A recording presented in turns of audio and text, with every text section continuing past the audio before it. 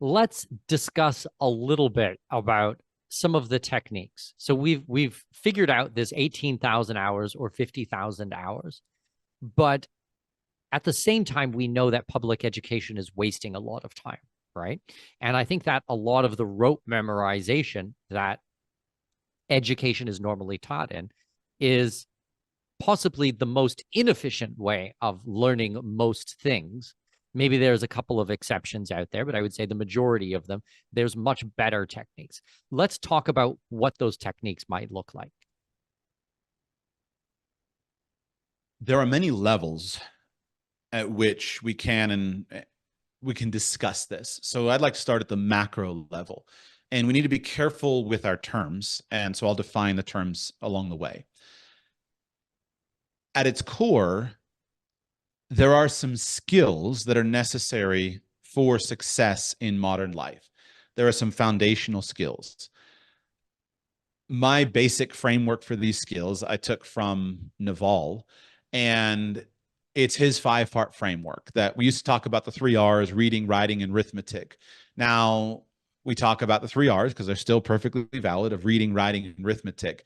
Naval's framework that I've adopted as a pretty useful framework is that the 5 major basic skills of education are reading, writing, and arithmetic, coding, and persuasion. Now, there's other things that we could add to that, but I think that's a really good, useful framework to build. That we really want our children to be skilled with reading, writing, arithmetic, coding, and persuasion, because those are broadly applicable. We can use them in many different categories. Now, there are many ways that we can teach those skills, many ways that we can develop those skills. The next thing we have to ask is content important, or is knowledge important? There is a tendency that is common among many educational people, especially in kind of the homeschool world, to say, and in fact, I myself used to say this, to say that in today's world, we should be teaching skills and not content. After all, if I can say to my watch, "Hey Siri," or I can go to ChatGPT and I can ask it any question, then why do I need to memorize anything? If I want to know what the capital of Mongolia is, why not just simply go to the watch and ask it what the capital of Mongolia is? Why do I need to teach that? I have decided that it's fallacious to believe that just because information is available to us in today's world, that we don't need to teach content to our children. The book that persuaded me of that is a book by, I mentioned E.D. Hirsch earlier, his book called Why Knowledge Matters. And what I found so persuasive is that in order to learn effectively, you have to have a base level of knowledge and experience in the world. Because I think the most useful technique of thinking about what is learning is that learning is the science of connections. And so when we have a little piece of data, that little piece of data needs to be connected onto another piece of data, another concept, another idea, in order for us to retain it. So when you have a broad base of learning, then you're able to learn more effectively. And this is true in every discipline. Your children practice martial arts. When someone is a novice martial artist who doesn't know anything about various kinds of strikes or various kinds of techniques, a novice is enormously unprepared for learning new material. And so let's say you're dealing with something that's a basic strike of some kind. A coach might have to describe the mechanics of a basic strike multiple times before the novice is able to absorb the information of how a strike should be accomplished. But as skill and experience increases, then the coach can make a minor comment, and instantly the experienced student knows what needs to be corrected. It's true in a physical domain, and it's also true in academics. The people who learn the most effectively are those who know the most, because they have the most surface area onto which to connect new ideas. So I think we really need to teach content. We really need to teach knowledge. We really need to teach facts. And so we need to define, you used the term a moment ago, rote memorization. We need to define what we mean by that. And so it's important that children know things, because if you know things, then now you can learn more things. And all advanced learning has to be built onto a basic superstructure of knowledge. So if someone's interested in that more thoroughly, go and read the E.D. Hirsch book, Why Knowledge Matters. And he draws a powerful example from the US system, but more importantly, he draws a powerful example from the French system. And in the French educational system, for decades, we've had the world's greatest laboratory on the importance of knowledge. The French kindergarten system for young people was widely acknowledged as being an incredibly powerful system. And the French standard industrial government school system produced students who were broadly competent in a number of areas. Then, at last, the idea of individualized progressive education finally reached France. And France scrapped its standardized knowledge-based kindergarten system in favor of personalized education. And because the French are so good at collecting data, you can see in the data the absolute destruction of the French educational outcomes in terms of academic results. So I would urge anybody who thinks that knowledge is not important to consider some of the arguments. So I think that knowledge, knowing specific facts, is actually far more important today than it ever was. The person who's most effectively able to use advanced informational tools, such as access to competent web searches, access to good artificial intelligence and chat systems, we're living in a world in which the rich get richer and the poor get poorer. So the smart, intelligent people who know a lot are able to use these tools more effectively than anybody else, and their knowledge base is increasing much, much faster because of what they know. Whereas students who don't know much, they literally don't even know the questions to ask because they don't know the vocabulary to use because they don't know anything. And then when the information tool gives them an answer, they don't know how to respond to it or how to integrate it. So I believe that knowledge is important, but just because we want to impart knowledge, it doesn't mean that we have to stuff it down our children's face like dry sawdust. And so this is what the industrial school system does, is it says knowledge is important. So what we're going to do is we're going to put all the knowledge that you need to have in a textbook, and we're going to ram it down your throat. That's not necessary. We can acquire knowledge very smoothly and indeed pleasurably with a little bit of thought. And we can have all of the benefits of being extremely knowledgeable, but many more benefits if we do it intelligently. So when we get to the world of building kind of an educational philosophy, there are many philosophies, but we can, for the usefulness of a framework, divide philosophies into three categories. Okay, so before we get into philosophies, I want to make one example and one comment, because first of all, I think that you're absolutely bang on. Now, my example to also highlight exactly what you've said is people often look at me when I tell them that I read audiobooks or listen to audiobooks at extremely high speeds, and people don't believe it's possible or don't understand how it's possible. I listen to a lot of audiobooks at 3x speed. Now, how am I able to do that? Well, yes, I am very, very adept at processing audio information. Very, very strong. I absolutely learn very well, hence why I have a podcast, hence why, I like audiobooks. But more than that is that base of knowledge that you are mentioning. So let's take something like a typical business book, okay? I can absolutely listen to a business book at 3x and understand every single word, every single concept, no problem. I can repeat it back to you verbatim after listening to it. How am I able to do that? Because I've listened to over 1,000 business books in my life, So I have this massive amount of background on concepts on different practices in business, right? But let's take the exact same thing and let's say it was, I don't know, on auto mechanics or something like that. I don't know one thing about auto mechanics. And I am sure if you gave me some technical book on auto mechanics and you tried to put it at 3 times X, it would be complete garbledygook. I wouldn't understand any of it. I'd have to listen to it at normal speed, and then I would build up and I'd listen to a second one and a 10th one and a 100th one and a 1000th one. But at some point, there would be that base of knowledge. But at the beginning, when you don't know the lexicon, when you don't know the vocabulary, when you don't know the concepts and the history and the culture and why things got there, none of it makes any sense. So you have to have that foundational information. So that's my number one, is my example to absolutely highlight what you're saying.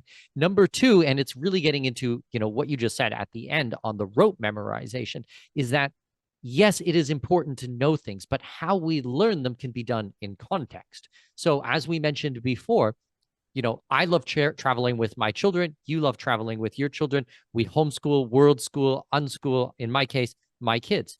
I took my kids to Armenia and Azerbaijan and Turkey and Georgia last year. Well, they got to learn the capitals of these countries by going to those countries, by, reading books about them and watching movies and understanding and going to museums and food, and all of the things happened in real time context by visiting. It wasn't, hey, let's sit down and for the next hour, I'm going to write out every country's capital, and you need to stare at a piece of paper and memorize it until it sinks into your brain. And if you miss it, you're going to get an F mark on a test. Like, that is not a good or an effective way. Yes, it works, but the efficiency of it is going to be so low opposed to actually learning it in context. So I think that, going back to your point, let's make sure that we define the terms. When I use something like rote memorization, it is that ramming it down their throat in the sawdust fashion, as you painted a picture for us. It is not hey, people don't need to know stuff because our Apple Watch or Google or ChatGPT is going to be able to tell us the information. We need to know it, but there's more efficient/effective ways of learning it. Yeah. I'm running an experiment right now with my children's languages, trying to understand if it is helpful to study vocabulary in an isolated way, or if it's more efficient to learn all vocabulary in context. We know that it's more efficient to learn vocabulary in context. And the problem is finding the context. So I've generally, when introducing a new language, I've thought, it's useful. We know that doing things like studying word flashcards are helpful and a good way of gaining initial exposure to vocabulary. But it's kind of like eating sawdust. It's not super interesting. And so I've been running an experiment to say, instead of sitting down with flashcards to say red, green, blue, yellow, black in the foreign language and learning those with rote memorization, what if we just tossed out all word card study and we learned all of it in context, in the context of stories? Will that work? I don't yet have the results of my experiment, but what I can confidently say is anything that can be learned in context, just like any kind of vocabulary that can be learned in the context of a story, is more easily learned, more efficiently learned, and more powerfully learned as compared to isolated data that we try to stuff in with rote memorization. Yeah, the retention of information and the ability to recall that information, I am absolutely sure you will find that if you learn in context, it will be much stronger. I'm going to make that a guarantee, I'd say. And I can't think of one example right now that is not going to be a true statement. Yeah, 100%. Okay, I cut you off. Actually, hold on a second. Okay, so let's get back into the philosophies, because we went on a little bit of a tangent, but I think an important tangent, because it is good for even people who are learning today to have context of where this kind of things comes from. So let's get back into the philosophies. I think you said that there's 5 main philosophies. Yeah. What I was going to say is, for usefulness, we could divide things into 3 categories to try to grapple with how would we go about imparting education? How would we go about facilitating education? Because education is not really something that you can give another person. It's something that we all have to get for ourselves. So I like to think about it in 3 contexts. So the first context is what I'm going to label as the textbook approach. And this is the standard industrial model of schooling, to say we're going to have a textbook, and we know that you need to know science, so here's an earth science textbook, and you need to know American history, so here's an American history textbook, and we just go through the lists and we have a set of textbooks. This is probably better than some other options. The great benefit of a textbook-based approach is you're going to be exposed to a lot of concepts, a lot of ideas. The challenge is, and the great benefit of a textbook approach is that you're going to be exposed to a whole body of knowledge in a systematic way. Textbook writers work really hard to figure out how do we present information in a systematic way. And so that's the textbook approach. Now, okay, I'm going to interrupt you. I'm going to interrupt you after each one. Okay, go ahead. Do you use textbooks? Yes. And I believe that everybody should use some textbooks. That surprised me. So let's flesh that out a little bit. In what ways do you use textbooks, or you believe they should be used? And are they the cornerstone, or are they a reference to go back to give framework to things? I'm glad it surprised you, because this is something that I have changed my opinion on. So I understand the surprise. When, for example, we were newly married, all I did was gripe and complain about textbooks. And I was like, my children will never see the inside of a textbook. Textbooks are awful. We shouldn't use textbooks. I'm still at that point, by the way. Fair enough. Fair enough. So there's the bias from my side on this one. Right. And I think that bias is right, because the key with all of these things that I'm going to lay out is, where does this fit? So I'll describe to you the first time I ever read a textbook. My experience with textbooks in high school and in college was that we would be assigned a textbook. We would often buy the textbook, and then we would never read it, and they would just assign pages from it. I never really understood it, but that was how it was. And it wasn't until I did my master's degree when I read a textbook. My master's degree is a Master's of Science in Financial Services, and I needed to do several advanced level accounting classes for it. And so they sent me an advanced accounting textbook, and I had jury duty. And so I went to jury duty with my accounting textbook. And over the course of a couple of days, I read 2/3 of it, and then I finished the last third of it. And I came away from that experience of having read a textbook from the front cover to the back cover. I came away from that experience saying, that was amazing. I feel like I understand accounting in a comprehensive way. The book was full of powerful illustrations that demonstrated things to me. I did some of the practice problems to make sure I was understanding the concepts. And I felt more confident when I walked into my accounting exam than I had ever felt confident walking into an exam in my life. And I discovered that was an amazing experience. Look how powerful that textbook was. And that was what started to change my philosophy on textbooks. So what I'd say is there are some subjects that are extremely well taught with textbooks. And there are some stages of learning where a textbook is the best way of acquiring a comprehensive set of data and learning on a subject. So an example of what works really well with textbooks, well, mathematics. Mathematics is perfectly adaptable to a textbook-based approach. And let me define the term textbook. What I mean is a systematic, concept by concept, building structure where in the context of a book or a series of books, you try to systematically build all of these concepts. So today, if I'm actually working on rebuilding some of my long lost mathematics skills, today I find an algebra textbook or a calculus textbook to be a powerful tool as an autodidact.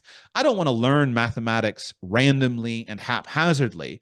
I want to build concept upon concept, do practice, make sure I understand that, move on, and I want to do it at my own pace.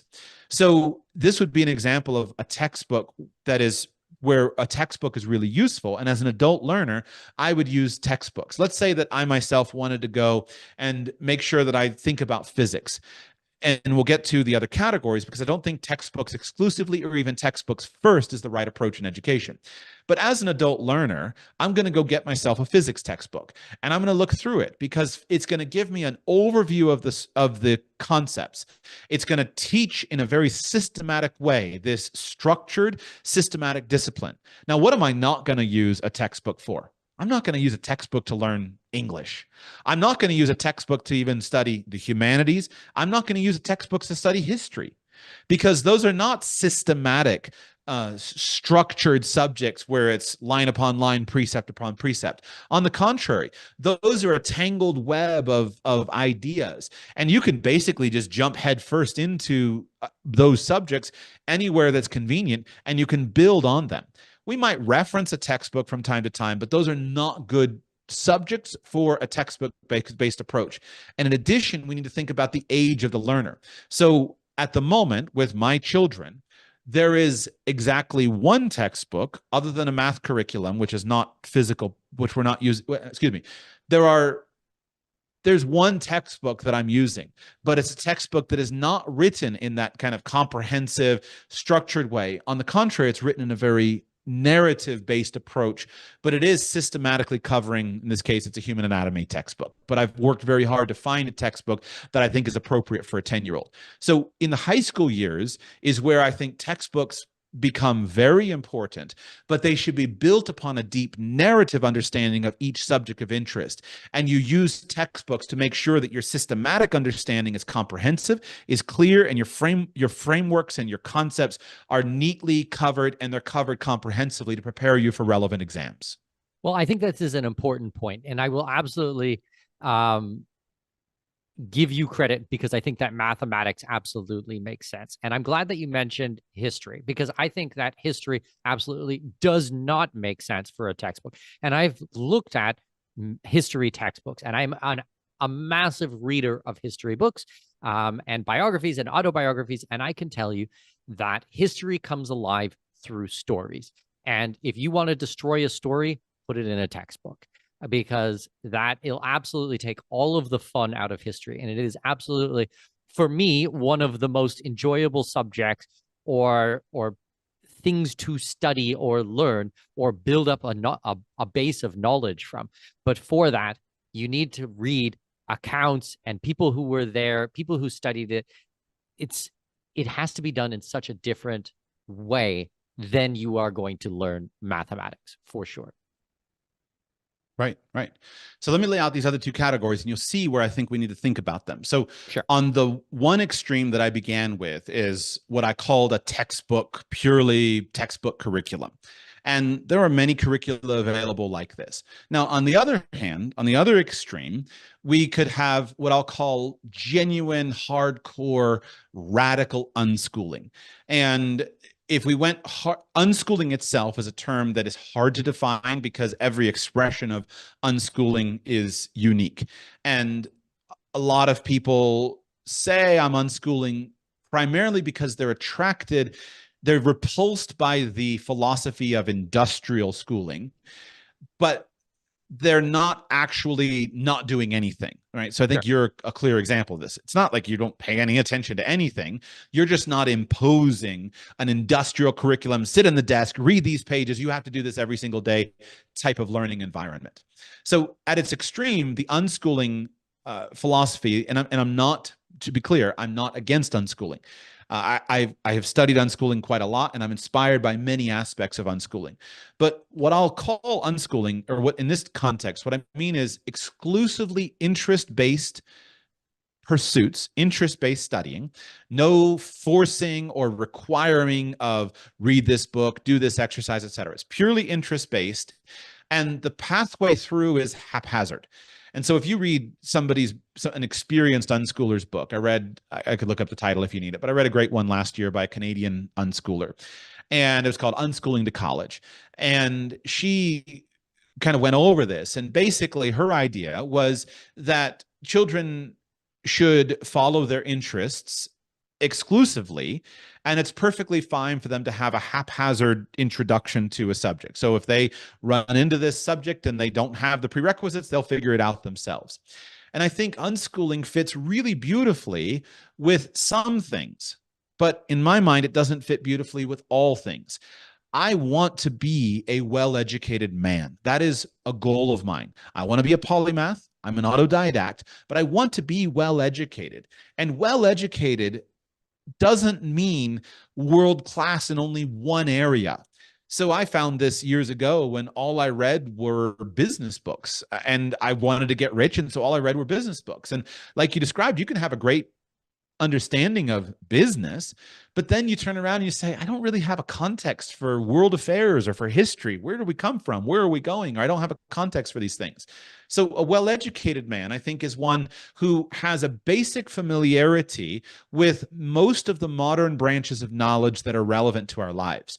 We're never going to be comprehensively familiar with all of these areas because the amount of sheer knowledge in our world is growing consistently. But in order for us to have that basic foundation that allows us to be competent at learning when we need to have more advanced education, we want to have a broad exposure to different areas. And so I don't want my children's education to be haphazard. Now, I want to defend unschoolers. I think the best, so I think of all philosophies of education, unschooling is the hardest to do, because the world's greatest unschoolers take this responsibility of eliminating the haphazard encountering with information very seriously. And they are forever dedicated to going out and finding resources and finding things for their children to haphazardly or spontaneously run into, because they care about this. Unschooling can either be one of the world's greatest expressions, but it's really hard to do, or it can be simply child neglect at its worst expression. And if a child has exposure to resources and an adult to mentor, it can work really well, but it can be difficult because when a child has exclusively haphazard exposure to the world, he or she may be missing that basic foundation that is common to the culture.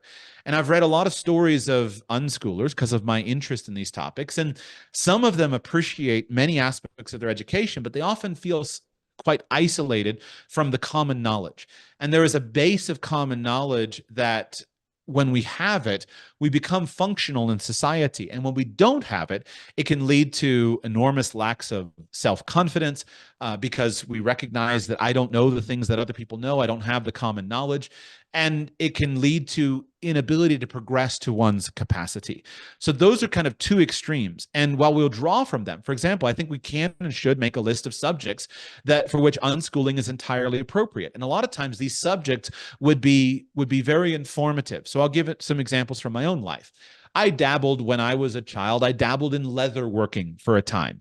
I was walking through a store with my parents and somebody was selling a leather carving set. I'm like, that is cool. And my parents bought me the set and I played with it. I played with it for a few months and then I moved on. I dabbled in amateur radio. I was an amateur radio operator and that was an interest of mine. I've dabbled in lots of things. And what we want to encourage is we want to encourage dabbling, because all of this starts to build a broad general base of knowledge and understanding, and we can't predict how these things will come into play in the future.